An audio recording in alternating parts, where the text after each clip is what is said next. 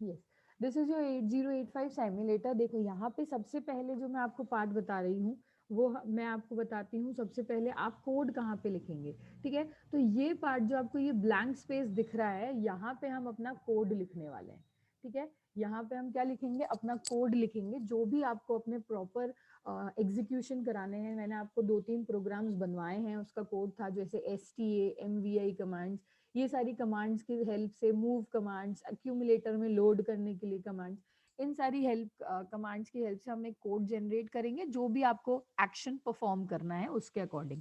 और यहाँ पे हम वो कोड लिखेंगे। यहाँ पे आप देख रहे हो, सबसे पहले तो देखो files, tools, settings, simulation, load sample, programs, help, ठीक है। फाइल्स में आपको सिंपल फाइल्स मिल जाएंगे, लाइक ओपन करना है, कोई भी फाइल आपने सेव करी है, ठीक है। आपको एक्सटेंशंस प्रोवाइड करने की जरूरत नहीं है, यहाँ पे डायरेक्टली .java एक्सटेंशन में सेव हो जाएगी फाइल, आपको प्रोवाइड करने की ज्यादा रिक्वायरमेंट है नहीं, ठीक है। आप फाइल में, ये पर्टिकुलर फाइल में ओपन सेव मिल जाएंगे आपको। मैं खोल ही देती हूँ। यस, देखिए फाइल में आपको ओपन सेव मिल जाएंगे, save assembly language code, same assembly language code with comments, ठीक है। दो ऑप्शंस हैं आपके पास। आपको असेंबली लैंग्वेज का जो कोड है, सिर्फ कोड सेलेक्ट करना है, कोड करना है, या फिर आप ना स्लैश करके कमेंट भी लिख सकते हो, जैसे मैंने आपको बताया भी था। हम जब प्रोग्राम सीख रहे थे, हम हर पर्टिकुलर स्टेटमेंट के आगे स्लैश लगा के, डबल स्लैश या सिंगल स्लैश लगा के हम कमेंट लिख रहे थे कि ये स्टेटमेंट अक्यूमुलेटर में वैल्यू को लोड करेगा, ये स्टेटमेंट अक्यूमुलेटर में वैल्यू को लोड करेगा, स्टोर करेगा, ठीक है। लोड करना तो आपके अक्यूमुलेटर में वैल्यू को डालना हो गया, और स्टोर करवाना STA कमांड यूज होते हैं जब हम अक्यूमुलेटर में से वैल्यू को लेते हैं किसी एक पर्टिकुलर मेमोरी लोकेशन पे, मेमोरी में स्टोर करवा रहे हैं, ठीक है। वो सब अपन डिस्कस कर चुके हैं। Still if you have any type of confusion, any type of problem, you can ask me. Examination में ना बहुत ही मिसमैच्ड हो जाता है, बहुत ही फंबल हो जाते हैं ये सारे टॉपिक्स।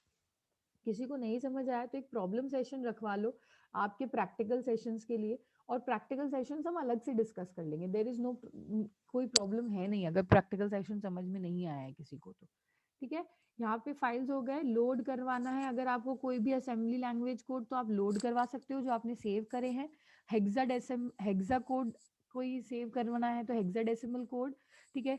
सेव करना हो तो सेव कर सकते हैं, सेव हेक्स कोड एग्जिट, ठीक है। ये आपका प्रॉपर एक एग्जिट कमांड हो गया। फिर टूल्स में आपके असेंबलर और डिसेंबलर, दो टाइप्स के टूल्स होते हैं। हम यूजुअली क्या करते हैं, असेंबलर में काम करते हैं। असेंबलर बेसिकली आपको, जैसे कोई भी आप कोड रन करवाते हो, तो कोड रन करवाने से पहले ना हम कंपाइल करते हैं उस कोड को, कि उस कोड में कोई एरर तो नहीं है, राइट।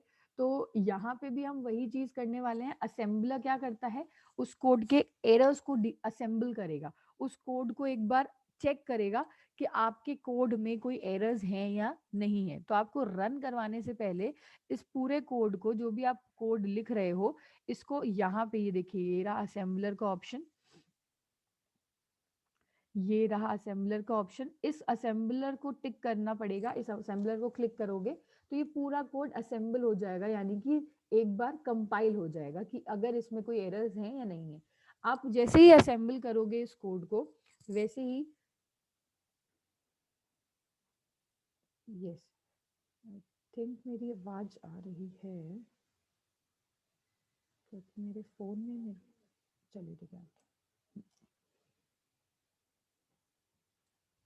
ओके, ठीक है। जैसे ही आप असेंबल करेंगे इस कोड को, ये पर्टिकुलर ये वाली स्क्रीन आपको दिखा देंगे, ठीक है।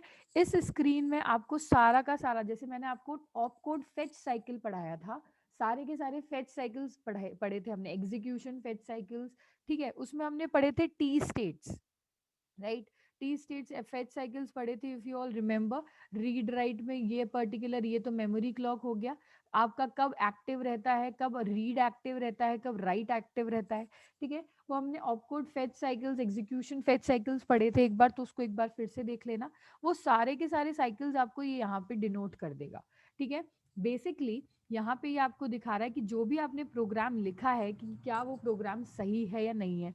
सबसे पहले तो यहाँ पे एड्रेस बार आएगी, कि कौन से एड्रेस, कौन सी मेमोरी लोकेशन पर ये पर्टिकुलर हर एक लाइन, ये code bye code, line by line इसको कंपाइल करता है, ठीक है। असेंबलर क्या करता है, पूरे कोड को एक साथ कंपाइल नहीं करता, line by line execution, line by line इसका कंपाइलेशन होगा कोई भी एरर के लिए, ठीक है। आप इसका रन भी करवाना चाहो तो run all at a time भी कर सकते हो, सारे के सारे पूरे कोड को एक साथ, या स्टेप बाय स्टेप भी रन करवा सकते हो। यहाँ पे आपके पास दो ऑप्शंस हैं, रन करवाना है सारे का सारा एक बार में या स्टेप बाय स्टेप रन करवाना है, ठीक है।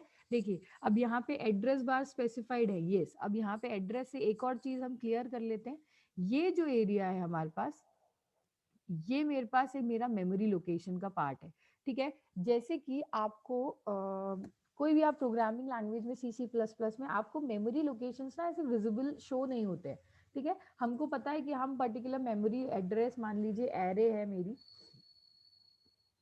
एरे है हमारी A5 साइज की मैंने इनिशियलाइज कर दी, तो मुझे पता है एरे का फर्स्ट एड्रेस A0 पे जाएगा, ए फर्स्ट डेटा A0 पे जाएगा, उसके बाद A1 पे जाएगा, उसके बाद A2 एंड A3 A4। अब ये हमारे पास विजिबल नहीं है, लेकिन माइक्रो प्रोसेसर साइमुलेटर 8085 साइमुलेटर में मेरे को पूरा मेमोरी ब्लॉक विजिबल है, ठीक है। ये इनपुट आउटपुट पोर्ट्स ब्लॉक है, ये मेरा पूरा मेमोरी ब्लॉक है। इनपुट आउटपुट पोर्ट्स इतना डिटेल में हमारे पास सिलेबस में नहीं है कि हम उसके प्रोग्राम्स भी देखें, हमारे पास सिंपल है कि अभी हम अपना मेमोरी ब्लॉक को ही विजिबल करें, ठीक है। ये पूरा का पूरा मेमोरी ब्लॉक है आपके पास, इस मेमोरी ब्लॉक में ना आपको रेंज प्रोवाइडेड होगी, ठीक है। ये मेमोरी ब्लॉक की रेंज है आपके पास, सी जूम इन कर लेना स्टूडेंट्स अगर नहीं दिख रहा हो तो, ठीक है। जो भी कंटेंट, जो भी मैं आपको पढ़ा रही हूँ, जो भी डेटा जिस भी साइड पे, तो उस साइड को जूम इन कर लेना, ठीक है। यस, ये आपके पास मेमोरी रेंज है आपको प्रोवाइडेड। मेमोरी रेंज में आप यू कैन C000 से C FFF तक आपकी ये पर्टिकुलर मेमोरी रेंज प्रोवाइडेड है, ठीक है। ये क्या रिप्रेजेंट कर रहा है कि कोई भी वैल्यू आपको डालनी है तो आप इस पर्टिकुलर मेमोरी रेंज में ही डाल सकते हो, ठीक है। हर एक साइमुलेटर के, हमने 8085 साइमुलेटर में लिया है, 8085 साइमुलेटर में यही मेमोरी रेंज रहती है बाय डिफॉल्ट, ठीक है।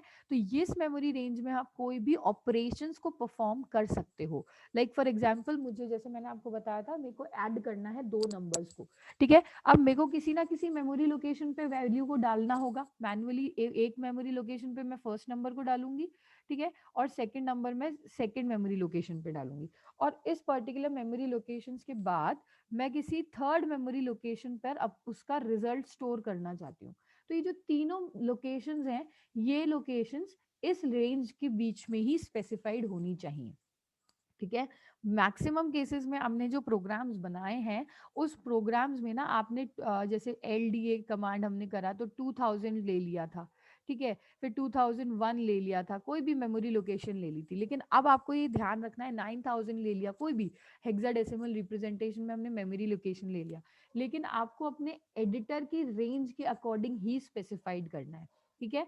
अब आप जो भी कभी पर्टिकुलर ऑपरेशन परफॉर्म करोगे, सबसे पहले अपने मेमोरी 8085 सिमुलेटर की रेंज चेक करोगे, और उस रेंज के अकॉर्डिंग ही अपने नंबर्स को मेमोरी लोकेशन प्रोवाइड करोगे। कैसे लोग प्रोवाइड करनी है ये मैं आपको बता दूंगी अभी थोड़ी देर में। ये आपको देख लेना है कि मेमोरी लोकेशन ये है। अच्छा, यहाँ से मेमोरी लोकेशन आपने देख ली, आप यहाँ पे देखो मेमोरी लोकेशंस कैसे स्पेसिफाइड होती हैं। देखो, कोई नहीं है, सिंपल मैथमेटिक्स है। C000, फिर C000, C001, 002, 003, 004, 5, 6, 7, 8, 9, ABCD एक्सेट्रा, ठीक है। जैसे ही 9 के बाद आप देख रहे हो, क्यों? क्योंकि हेक्साडेसिमल रिप्रेजेंटेशन होता है, असेंबली लैंग्वेज कोड है ये सारे, 8085 हेक्साडेसिमल रिप्रेजेंटेशन लेता है, तो 9 के बाद ABCD रिप्रेजेंट होने लग गया, ठीक है। ऐसे ही C00, C0010, C020, C030, 50, 60, 70 etcetera etcetera, ठीक है। तो ये सारे मेमोरी ब्लॉक है, इन मेमोरी ब्लॉक पे आप डबल क्लिक करोगे तो आप अपने वैल्यूज को इंसर्ट कर सकते हो आफ्टर असेंबलिंग। कैसे करोगे ये मैं आपको बताऊंगी। यहीं पे आपको आउटपुट शो होंगे और यहीं पे आपको इनपुट प्रोवाइड करने हैं। ये आपकी मेमोरी रेंज बहुत इंपॉर्टेंट है।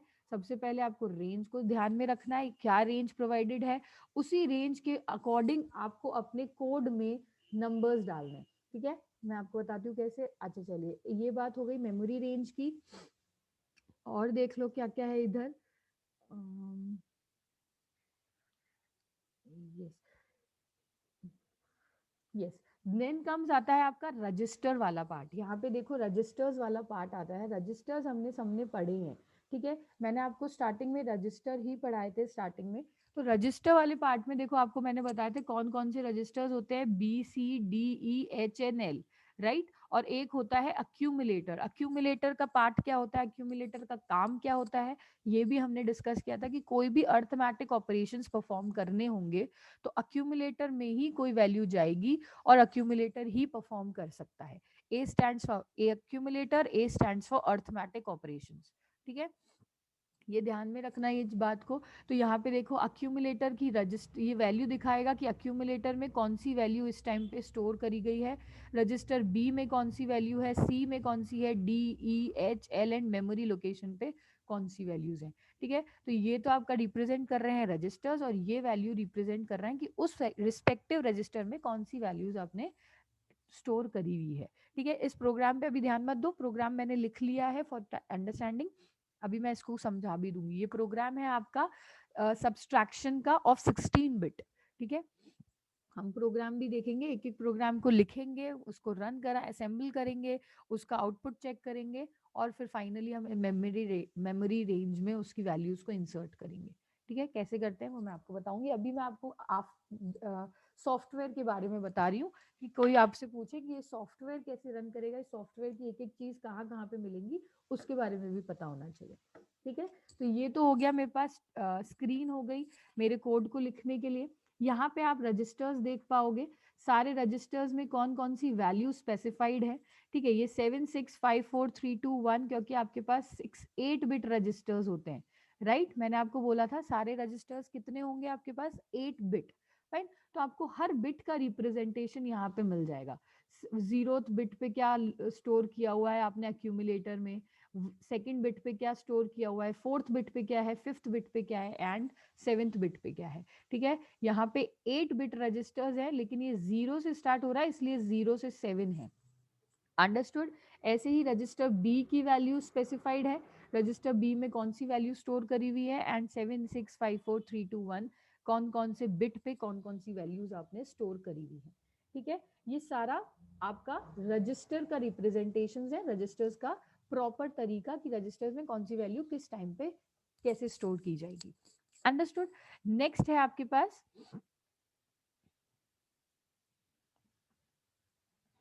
नेक्स्ट है आपके पास फ्लैग रजिस्टर्स, ठीक है। ये बहुत ही इंपॉर्टेंट है। फ्लैग रजिस्टर्स मैंने आपको समझाए थे क्या होते हैं फ्लैग रजिस्टर्स।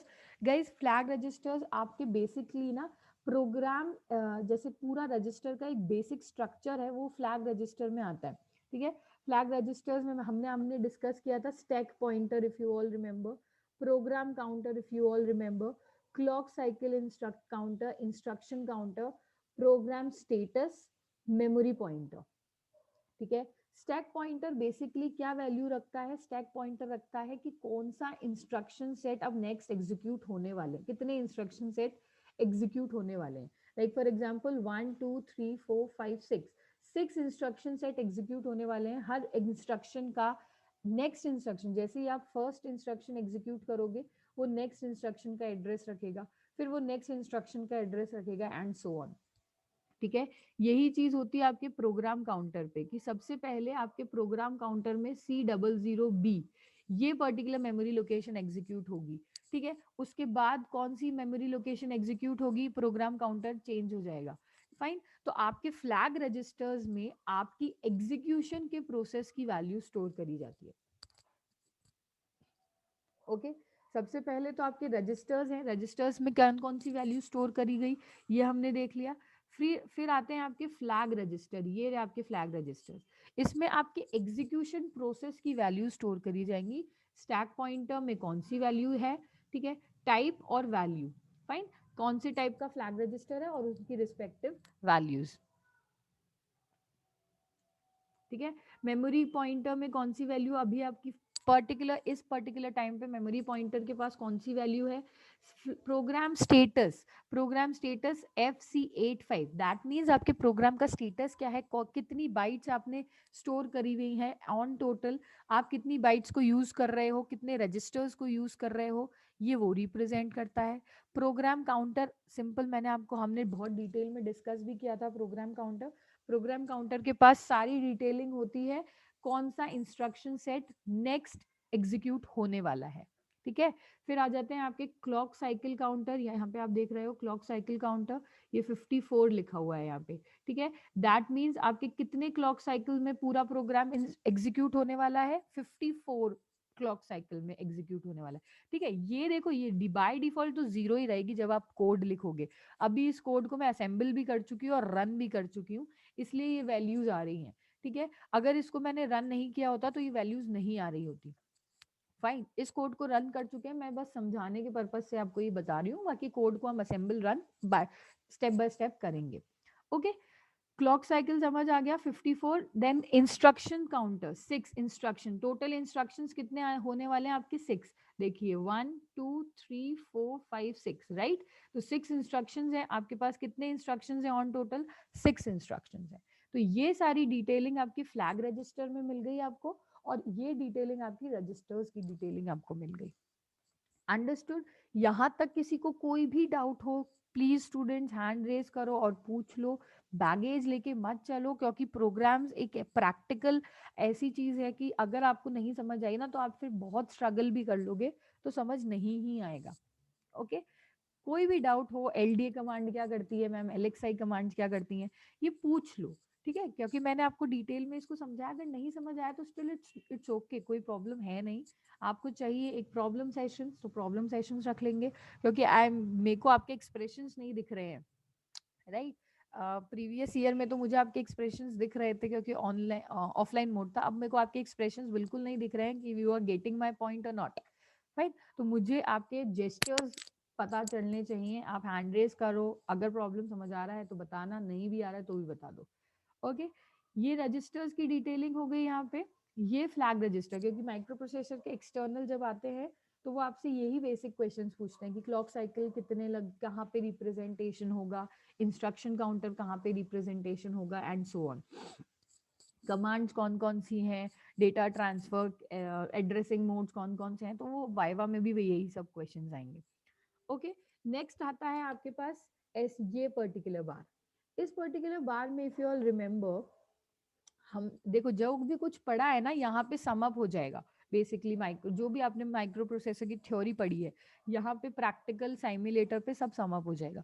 आपने माइक्रो प्रोसेसर 8085 का पिन कॉन्फ़िगरेशन डायग्राम पढ़ा था, 40 पिंस का, इफ यू ऑल रिमेम्बर, ठीक है। 40 पिंस का डायग्राम पढ़ा था, 1 से 20 तक यहाँ पे थे और 21 से 40 तक यहाँ पे थे पिन कॉन्फ़िगरेशन, ठीक है।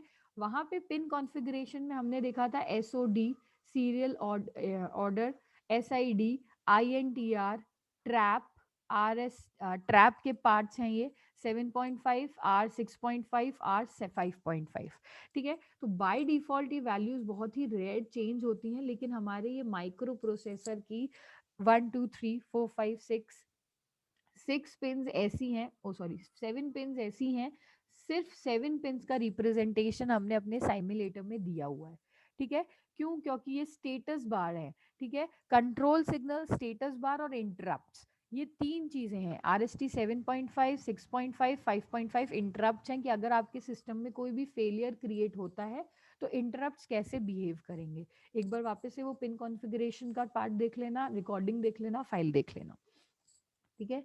तो यहाँ पे आपके इंटरप्ट शो कर दिए गए, आपको इंटरप्ट की वैल्यू इनेबल्ड है या डिसेबल्ड है। 0 मतलब डिसेबल्ड लो, और 1 होती तो यानी कि आपके इंटरप्ट 7.5 इनेबल्ड हो जाते। यहाँ पे अगर वैल्यू 1 हो जाती कभी भी किसी भी सिस्टम को रन करते टाइम, INTR की वैल्यू 1 हो गई, SID की वैल्यू 1 हो गई, दैट मीन्स सीरियल इनपुट आपका अब इनेबल्ड हो गया है, SOD आपका इनेबल्ड हो गया है, RST 6.5 इंटरप्ट आपका इनेबल्ड हो गया है, ठीक है।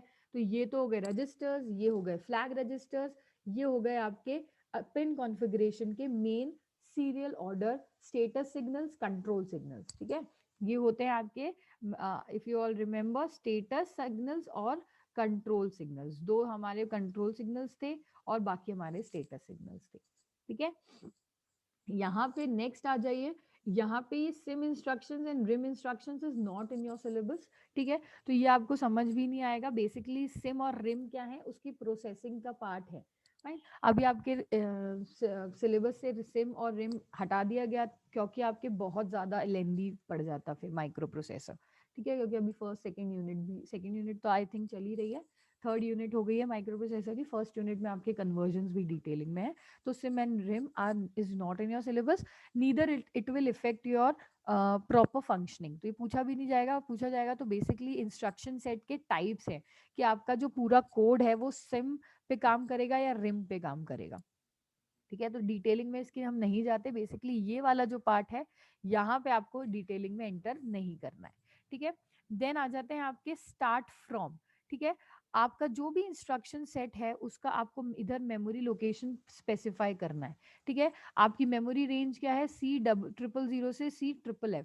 तो आप कभी भी अपना प्रोग्राम को रन करना चाहते हैं, रन एट अ टाइम कर सकते हो या स्टेप बाय स्टेप कर सकते हो, तो आप मेमोरी लोकेशन को स्पेसिफाई कर सकते हो कि कौन सी मेमोरी लोकेशन से आपको अपना प्रोग्राम का एग्जीक्यूशन स्टार्ट करना है। ठीक है, आप C00 से स्टार्ट करना चाहते हो, C050 से स्टार्ट करना चाहते हो, तो आप वो स्पेसिफाई कर सकते हो इस पर्टिकुलर प्लेस पे। ठीक है, ये आपका एक पर्टिकुलर प्लेस है, लोकेशन है, जहाँ पे आप अपनी मेमोरी लोकेशंस को स्पेसिफाई कर सकते हो। ये अगर आप बाय डिफॉल्ट C00 भी रख रहे हो तो कोई एरर नहीं आने वाला है, डोंट वरी फॉर दैट। आपका पूरा का पूरा ये स्टेप बाय स्टेप हर रो हर कॉलम को स्टेप बाय स्टेप कंपाइल करेगा और रन कर लेगा। आपने अगर अपने प्रोग्राम में मेमोरी लोकेशन को स्पेसिफाई किया है तो वहीं से आपका डायरेक्ट ट्रेस ये कर लेता है। ओके, ठीक है, नो कन्वर्टर टूल ये हेक्साडेसिमल रिप्रेजेंटेशन देगा, ये डेसिमल में आपको प्रॉपर रिप्रेजेंटेशन देगा कि कोई भी आपका नंबर है, मान लीजिए 1E। ठीक है, तो ये हेक्साडेसिमल रिप्रेजेंटेशन क्या है, उसका डेसिमल रिप्रेजेंटेशन क्या है आपके आउटपुट का, यहाँ पे आपको वो शो हो जाएगा। राइट, आ जाते हैं हम अपने कोड पर, इस पार्ट पे आ जाते हैं। ठीक है, फाइनली हम कोड लिखते हैं, एक सिंपल से इजी कोड ले लेते हैं जल्दी से। मैंने यहाँ पे बनाया हुआ है कोड।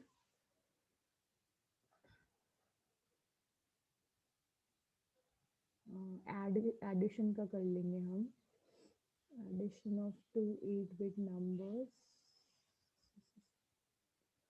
ये वाला हो गया, एक मिनट।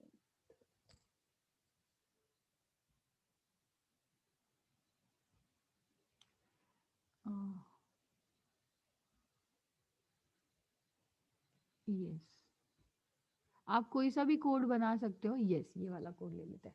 ओके, चलिए ठीक है, ये मेरा एक कोड है जिसमें मैंने आपको बताया था कि आपको सिंपल एडिशन परफॉर्म करना है ऑफ 2 बिट्स।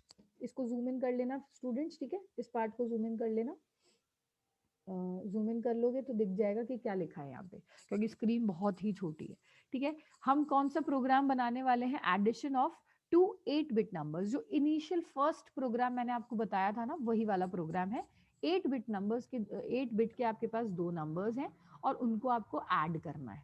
राइट, अब ऐड आप कैसे करोगे, देखो मान लीजिए आपका फर्स्ट नंबर है, मैंने आपको फर्स्ट बताया था, दो नंबर हैं, फर्स्ट एंड सेकंड नंबर। ठीक है, फर्स्ट नंबर के लिए एक मेमोरी लोकेशन स्पेसिफाई करो, सेकंड नंबर के लिए एक मेमोरी लोकेशन स्पेसिफाई करो कि कौन सी मेमोरी लोकेशंस पर फर्स्ट नंबर डालोगे और कौन सी मेमोरी लोकेशन पे सेकंड नंबर डालोगे। ठीक है, और फाइनली एक रिजल्ट के लिए एक मेमोरी लोकेशन स्पेसिफाई करो कि कौन सी मेमोरी लोकेशन पे आप रिजल्ट को स्टोर करने वाले हो। ठीक है, तो फॉर टाइम बीइंग मैंने बोला कि मेरी रेंज क्या है मेमोरी की, मेरी रेंज है C000 से CFFF तक। ठीक है, अब मुझे जो भी फर्स्ट सेकंड और रिजल्ट के लिए मेमोरी लोकेशन स्पेसिफाई करना है वो मुझे इसी रेंज के बीच में से स्पेसिफाई करना है। तो लेट्स से फर्स्ट नंबर की मेमोरी रेंज में दे देती हूँ इस प्रोग्राम के अकॉर्डिंग C050। ठीक है, इन दोनों इस रेंज के बीच में फॉल करता है, आपकी मर्जी थी, आप इसको C000 फर्स्ट मेमोरी पर्टिकुलर भी दे सकते थे। ठीक है, हमने इसको दे दिया C050, एक फर्स्ट नंबर के लिए लोकेशन दे दिया, सेकंड के लिए मैंने दे दिया C051, कॉन्जिक्यूटिवली दे देते हैं C051 पे, और रिजल्ट मैं स्टोर कर लूंगी C052 पे। ठीक है, 52 पे कर लो या C053 पे कर लो, इट्स योर कॉल। ओके, ठीक है। ये तो हो गया आपका simple format, first number second number और उनको ऐड करना है। अब ऐड कैसे करना है, देखो ये कमेंट में मैंने लिख दिया, manually store first number in memory location C050, manually store second number in the memory location C051, then result stored in C053। Okay, code लिखना स्टार्ट करते हैं यहाँ से। सबसे पहले हमने क्या किया, एक मेमोरी लोकेशन में C050H मेमोरी लोकेशन को लोड करवाया। ठीक है, डायरेक्ट लोड करवाते हैं हम, तो हमारे पास एक कमांड है डायरेक्ट लोड की, LXI। ठीक है, लोड इमीडिएट। फाइन, LXI हमारे पास कमांड है, मैंने आपको बता रखा है, हमने जब कोड भी सीखा था। LXI H, H stands for memory location. ठीक है, LXI H C050, first number मैंने क्या किया, C050 को इनिशियलाइज किया, लोड करवा लिया। ठीक है, अब फर्स्ट नंबर आपने C050 को लोड करवा लिया। अब आपको इस पर्टिकुलर C050 का है, ये रहा, देखिए इस पर्टिकुलर पोजीशन पे C050 ये लिखा हुआ है ना, इस पर्टिकुलर पोजीशन पे फर्स्ट नंबर ऐड करना है। ठीक है, ऐड करने के बाद आपको हमने बोला था कि C050 को अक्यूमुलेटर में कोई भी एडिशन सॉरी लोड करने के बाद आपको क्या करना होगा, उस नंबर को अक्यूमुलेटर में लेना होगा। राइट, जब तक आप उस नंबर को अक्यूमुलेटर में नहीं लोगे तब तक आप उस नंबर में एडिशन परफॉर्म नहीं कर सकते। फाइन, तो यही हमने किया, हमने C050 को लोड कराया मेमोरी लोकेशन को मैन्युअली। अब इस लोकेशन पे आप अपना नंबर डाल सकते हो, आपका फर्स्ट नंबर आप डाल सकते हो। ठीक है, लोड करवाने के बाद हमने क्या किया, move A, M memory location, memory location का कंटेंट अब किस में मूव हो जाएगा, A। ध्यान रखना हमेशा सीक्वेंस ऑपोजिट लिखते हैं, जिसमें आपको मूव करवाना है वो पहले आता है और उसके बाद जहां से मूव करवा रहे हो वो बाद में आता है। ठीक है, एरो हमेशा उल्टा बनेगा, ये याद रखना। ऐसे मत कर देना मूव M, A, तो अक्यूमुलेटर का कंटेंट मेमोरी लोकेशन पे मूव हो जाएगा। फाइन, क्वेश्चन में जब भी आप प्रैक्टिकल्स करोगे तो इधर एरर आती है, और मैंने लास्ट ईयर तो बता दिया था, यूजुअली स्टूडेंट्स आइडेंटिफाई नहीं कर पाते क्योंकि एरर कहाँ आ रही है, मैम इस लाइन, ये लाइन तो सही है। ठीक है, तो आप ये उल्टा कर रहे होंगे उस टाइम पे, ध्यान रखना कि आप अक्यूमुलेटर का कंटेंट मेमोरी पे मूव करना चाहते हो या मेमोरी का कंटेंट अक्यूमुलेटर में मूव करना चाहते हो। ठीक है, यहाँ पे हम सिंपली क्या कर रहे हैं, हम मेमोरी का कंटेंट C050 का कंटेंट हम अक्यूमुलेटर में मूव करना चाहते हैं क्योंकि हमको अक्यूमुलेटर में एडिशन परफॉर्म करना है, सिंपल। ठीक है, हमने क्या किया, मूव कर दिया A, M, that means M का कंटेंट हमने मूव कर दिया हमारे अक्यूमुलेटर में। फाइन, नेक्स्ट है आपके पास, आपको सेकंड नंबर इनिशियलाइज करना है C051 पे, तो आप LXI H C051 भी कर सकते हो, या फिर मैंने आपको कल बताया था आप इस पर्टिकुलर मेमोरी लोकेशन में एक इंक्रीमेंट कर लो। राइट, C051 C050 C051 एक ही तो इंक्रीमेंट है। अगर आपको C052 पे सेकंड नंबर लेना होता तब आप LXI H C052 कर देते। ठीक है, लेकिन हमको ऐसा कुछ करना नहीं है, हमने क्या किया, हमने एक H को ही इंक्रीमेंट कर दिया, LXI H किया था ना, तो हमने इस H को ही एक इंक्रीमेंट कर दिया। दैट मीन्स हमारा जो सेकंड नंबर है वो अब किस पे जाएगा, इस कमांड के अकॉर्डिंग C051 के पास चला जाएगा। अंडरस्टूड, ठीक है। नाउ C051 आपका मेमोरी लोकेशन पर है और अक्यूमुलेटर में आपकी C050 की वैल्यू है। ठीक है, अब आपको क्या करना है, मेमोरी लोकेशन के कंटेंट को अक्यूमुलेटर में ऐड करना है। राइट, मेमोरी लोकेशन के कंटेंट को अक्यूमुलेटर में ऐड करना है। You have direct command add M। ठीक है, मेमोरी लोकेशन के कंटेंट को अक्यूमुलेटर में ऐड करना है, आपके पास डायरेक्ट कमांड है ऐड M, तो ऐड M हमने कर दिया।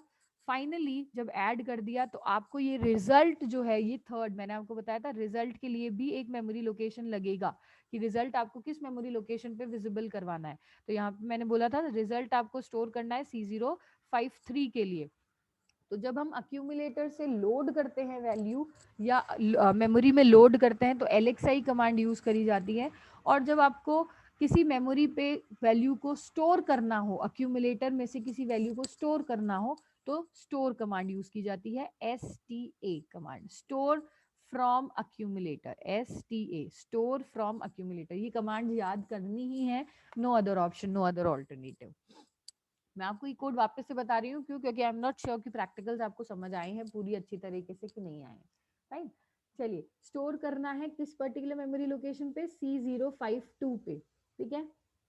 कोई भी मेमोरी लोकेशन ले सकते हो, C053 डाल सकते हो, 52 डाल सकते हो, इट्स योर चॉइस। तो हमने बोला कि हमको जो रिजल्ट है वो स्टोर करवाना है मेमोरी लोकेशन C052 पे। और फाइनली जब भी आपका प्रोग्राम गेट ch लिखते हो ना, यहाँ पे हमेशा हर प्रोग्राम के एंड में आपको क्या करना है, हॉल्ट, HLT, हॉल्ट मतलब आपका प्रोग्राम अब एंड हो जाएगी, आपकी प्रोसेसिंग एग्जीक्यूशन की कंपाइलेशन की हॉल्ट में हो जाएगी, राइट। ठीक है, ये आपका कमांड हो गया। ओके ये आपका सिंपल प्रोग्राम हो गया। इस प्रोग्राम में 6 लाइन का प्रोग्राम है, किसी को भी कोई प्रॉब्लम है तो पूछ लो, ठीक है।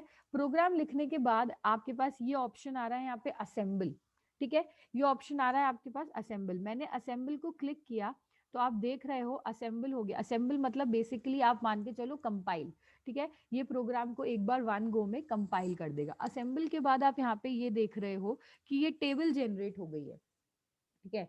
पहले ये टेबल जनरेट नहीं हुई थी, जैसे ही मैंने असेंबल किया ये टेबल जनरेट हो गई। अब ये क्या दिखा रहा है, ये आपको हर एक पर्टिकुलर एड्रेस के साथ में उसकी मिनेमोनिक कोड्स दिखा रहा है, उसका हेक्साडेसिमल कोड्स दिखा रहा है, कितनी बाइट्स लगी हैं, कितनी एम साइकिल्स लगेंगी और कितनी टी साइकिल्स लगेगी हर एक स्टेटमेंट को रन करने में, ठीक है। तो सबसे पहला मेरा ये कमांड था मेनेमोनिक कोड्स, फिर मैंने मूव कराया, फिर मैंने उसको एच को इंक्रीमेंट करा, फिर हमने उसमें एडिशन परफॉर्म किया और फाइनली मैंने रिजल्ट को किसी एक पर्टिकुलर मेमोरी लोकेशन पे स्टोर किया और हॉल्ट कर दिया। ये उसके हेक्साडेसिमल कोड्स हैं, ऑटोमेटिकली जनरेट होते हैं, नन ऑफ योर बिजनेस, आपको इसमें नहीं पढ़ना है, ठीक है। जो आपको ध्यान में रखना है ये सब सर 2 मिनट में बस ये करें, कंप्लीट करें। आपकी आवाज क्लियर नहीं आ रही मैम आज। सर क्लियर आ रही है क्या, नहीं आ रही? स्टूडेंट से पूछा एक बार, आ रही है क्या इनको? हाँ सर, मैं स्टार्टिंग से बार बार यही पूछ रही हूँ कि क्लियर है या नहीं है, प्लीज बता दो स्टूडेंट्स पता में। नहीं मेरे को तो, वैसे तो